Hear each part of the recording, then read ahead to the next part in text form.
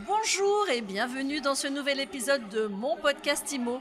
On est en live du congrès FNAIM IMO au Carrousel du Louvre et j'ai l'immense plaisir de recevoir Philippe Briand. Bonjour. Bonjour.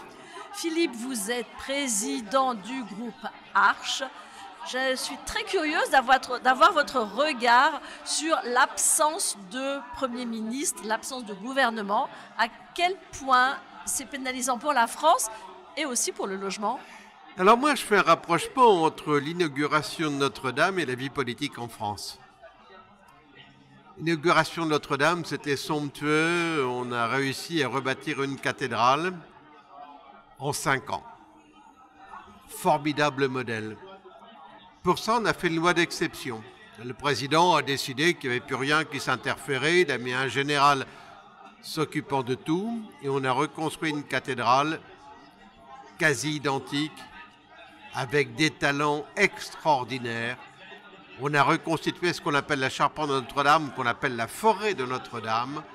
On a reconstitué toutes les pièces, tous les sites, tous les lieux. Et il y a eu un enthousiasme formidable pour cela. Ça, c'est la belle France. Mais pour faire cela, on a fait la France des compagnons. On a fait la France de ceux qui sont initiés à leur métier, qui ont travaillé, qui savent cuber un chêne, qui savent sortir des statues, les redresser, les redorer, qui savent faire, quoi. C'est-à-dire toute une population qui est une population qui a travaillé, qui a reçu un enseignement, qui a grandi et qui développe son talent. Depuis le président de la République, on a une classe politique et une classe politique différente. D'abord, il a recruté ses candidats parlementaires sur Internet. Alors on équilibre les âges, les sexes, les tempéraments, les situations, les lieux. Dans la construction de la cathédrale, on a sélectionné les talents. Dans la sélection du monde politique d'aujourd'hui, on a sélectionné, que dire, un vaste équilibre politique qui ne sied pas. La différence entre Notre-Dame et la République aujourd'hui, c'est qu'en Notre-Dame, on a pris des gens compétents. Dans la politique aujourd'hui, on a beaucoup d'apprentis. Et on ne fait pas un chef-d'œuvre avec des apprentis. Donc le monde politique aujourd'hui a disparu. Et en même temps, j'ai envie de dire, sans mauvais jeu de mots, Notre-Dame, le rôle de l'État était quasi insignifiant. Oui, mais quand même, ils ont accepté de faire une loi d'exception. Ils ont permis de le faire. En fait, qu'est-ce qu'emmerde tous les Français et qu'emmerde la France aujourd'hui? C'est toutes ces lois, tous ces organismes, tous ces gens qui parasitent, qui vivent et qui, pour exister, vont nous créer des conditions de dire non, des conditions de ne pas accepter, des questions à poser, des délais supplémentaires et puis rien. Je me suis beaucoup marré en regardant, comme vous, samedi l'inauguration, quoi. Le grand héros, c'était Donald Trump. Il était voué aux gémonies il y a 3 mois. On lui trouvait tous les travers de la terre. Il était orgueilleux, puissant, désagréable, phallocratique, tout ce que vous voulez. La presse d'ailleurs française était unanime, parce que la presse française, c'est une presse de suiveurs, c'est pas une presse critique. Malheureusement, on aurait pu avoir quelques médias qui trouvent quelques qualités, d'autres médias qui trouvent que des défauts. Mais quand même, à l'unisson, on a suivi ça. C'est la plus belle élection de président des États-Unis depuis bien des années. Depuis bien des années. Et le type, il a une espèce de forme, là, un peu forte. Et c'était très rigolo de regarder samedi, au moment de l'inauguration de la cathédrale, tous ceux qui se précipitaient pour être en photo avec lui, lui serrer la main. Et la difficulté, c'est que sur le monde politique français, plus personne ne se précipite pour être en photo avec les nôtres ou serrer les mains. On a un peu disparu. Faire de la politique, c'est avoir des convictions. Alors, dans le domaine de l'immobilier, la conviction principale, c'est de penser que quand les gens ont la chance d'avoir un petit chez eux, avec un petit jardin ou un petit appartement avec un petit balcon, ils sont infiniment plus heureux que quand ils payent un loyer sans fin, sans savoir pourquoi. Et on a oublié tout ça. Je pense qu'aujourd'hui, nous sommes dans un monde d'une théocratie absolue qui a oublié le citoyen et c'est ce dont nous souffrons. Qu'est-ce qu'il faut faire?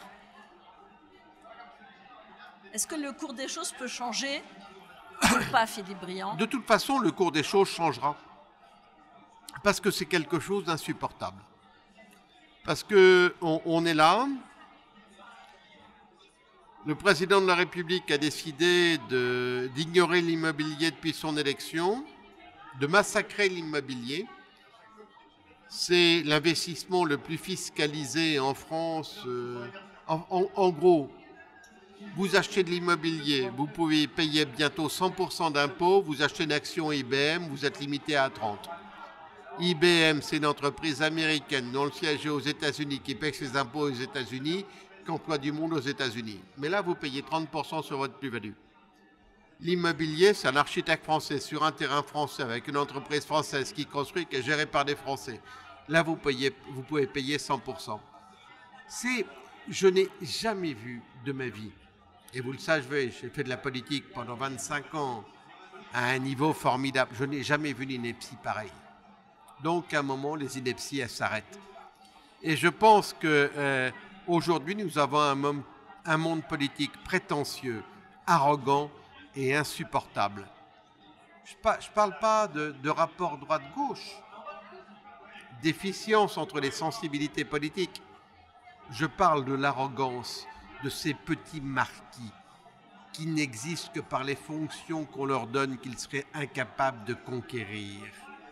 Et quand je les regarde les uns les autres, moi qui ai le plaisir de présider une grande société, je me demande lequel j'embaucherai.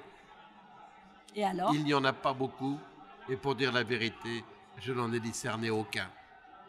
Tiens, si vous deviez nommer un Premier ministre, est-ce que vous feriez aujourd'hui?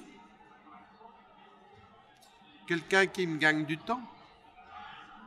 La France est devenue ingouvernable.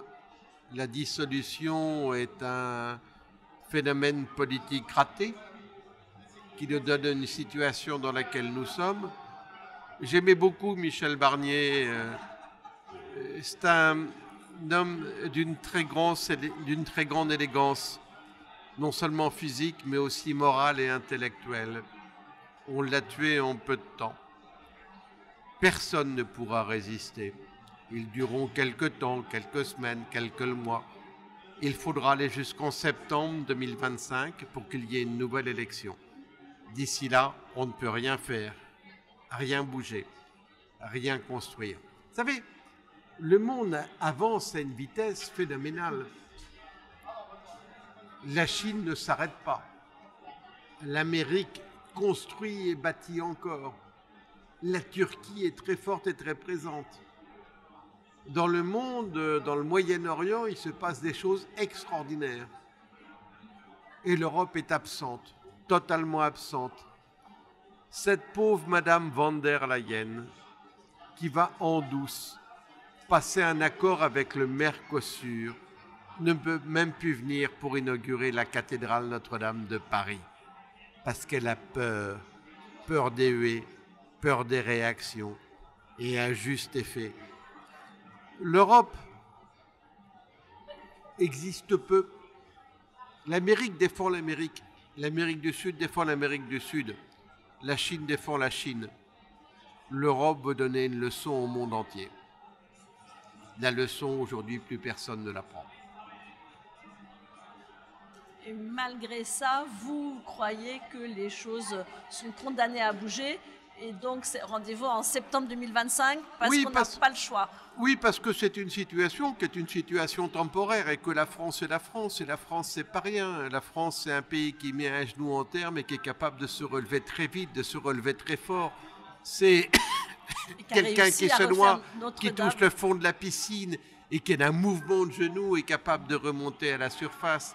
J'ai confiance en la France et les Français. Je n'ai plus confiance dans l'élite française. J'ai confiance en la France et les Français. Il est un moment où les choses vont s'arrêter. Quand on critique les institutions, on se trompe. Les institutions permettent de stabiliser les choses. Encore 6 mois à attendre. Et la France renaîtra. Merci pour ce message positif, ça fait du bien, un peu d'optimisme quand même. J'aimerais qu'on revienne sur l'immobilier, sur les professionnels de l'immobilier. C'est des professions d'indépendants et tout à l'heure en préparant cet entretien, vous disiez les agriculteurs, eh ben, ils ont un sens du ensemble qu'on n'a pas dans l'immobilier. Alors c'est toujours deux mondes différents, quoi. L'immobilier, c'est un monde, j'allais dire, de petits entrepreneurs, de petits commerçants, etc., qui se battent pour leur quotidien et tout. Les agriculteurs ont une puissance collective beaucoup plus forte. Il faut qu'on apprenne aussi dans l'immobilier à réagir globalement plutôt qu'on ne le fait. Les gens de l'immobilier sont des gens, discrets, pudiques, qui ne sont pas provocateurs. Ceux du monde agricole peuvent être volontiers provocateurs. Je les connais bien, j'étais parlementaire avec eux pendant des années, ils peuvent être beaucoup plus provocateurs que les nôtres. Les nôtres, il faut qu'on dise les choses. Il faut qu'on dise que 200 000 logements mis en production, c'est un manque, il nous en faut 450 000. Il faut qu'on dise que 16% des jeunes qui ont réussi Parcoursup ont renoncé à leurs études parce qu'ils n'ont pas trouvé de logement. Il faut qu'on dise que des femmes qui sont dans un climat de violence ne peuvent pas divorcer parce qu'elles n'arrivent pas à trouver de logement. Il faut qu'on dise que des entreprises qui créent des emplois ne peuvent plus accueillir les nouveaux salariés parce qu'il n'y a plus de logement, voire même avec le zéro artificialisation des sols, ils ne peuvent plus construire. Il faut qu'on dise que nous sommes dans une société bloquée. Le blocage, il est administratif, il est la superposition, la surstratisation des normes. Des gouvernements qui n'ont pas fait l'équilibre entre leurs différents ministères pour avoir une politique cohérente. Et aujourd'hui, un maire sur le terrain, je suis encore maire, on se bat entre de l'incohérence et la nécessité de nos populations. On ne peut plus répondre aux populations et les gens viennent nous voir et nous disent « Monsieur le maire, mais si vous voulez », eh bien si on veut, on ne peut plus. Qui est-ce qui peut ? Ce que vous dites en creux, c'est que les professionnels font peut-être insuffisamment ou pas assez bien leur boulot. Les organismes professionnels, je pense à la FNIM, puisqu'on est au Congrès, ils font tout ce qu'ils peuvent. On a la chance d'avoir un grand président de la FNIM, d'avoir un bureau formidable, et ils se battent tant qu'ils peuvent.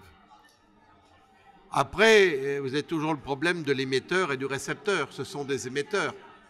Mais les récepteurs, ce sont ces pouvoirs publics qui changent tout le temps, avec ces petits minés, ces petits hommes gris, comme on dit, qui sont là, qui reçoivent les messages, qui n'écoutent personne, qui changent en permanence, des ministres qui n'ont d'une durée de vie que de 6 mois, qui ne connaissent pas forcément leur sujet quand ils arrivent, qui se plaisent à passer dans Paris Match ou autre chose, allongés sur le canapé pour raconter leur vie, plutôt de s'occuper des problèmes qu'on leur a confiés. Et ça, c'est maintenant insupportable. Ça ne va pas changer tout de suite, peut-être dans 10 ans. Je pense que ça va changer parce qu'il y a un moment donné où les sentiments explosent. Moi, je suis révulsé que chacun raconte sa vie, etc.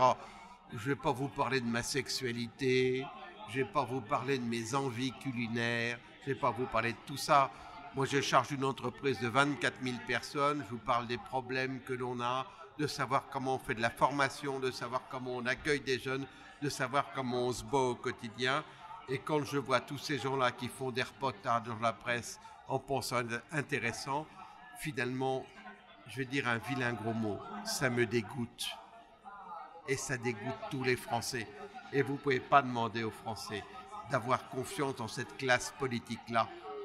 Les affaires de slip sale ou de nourriture bâclée, ça n'intéresse personne. Ce qui intéresse les gens, c'est qu'est-ce que vous faites pour nous ? Qu'est-ce que vous faites pour que mes enfants aient un logement ? Qu'est-ce que vous faites pour que mon logement soit accessible ? Qu'est-ce que vous faites pour la population ? Il faut arrêter l'exhibitionnisme. Il faut retourner au travail. Allez, les valeurs fondamentales de ce qu'on appelait l'ancien monde politique. Du travail au quotidien, de se lever tôt, de se coucher tard, d'être peiné par la situation des gens que vous rencontrez, de construire des lois parce que vous avez compris que ces gens-là peinent beaucoup. Ça a du sens. Et il faut redonner du sens à la politique, ce qu'elle a perdu aujourd'hui. Merci beaucoup Philippe Briand. Je rappelle que vous êtes président du groupe Arche. Merci beaucoup pour cette interview sans langue de bois. Merci à vous.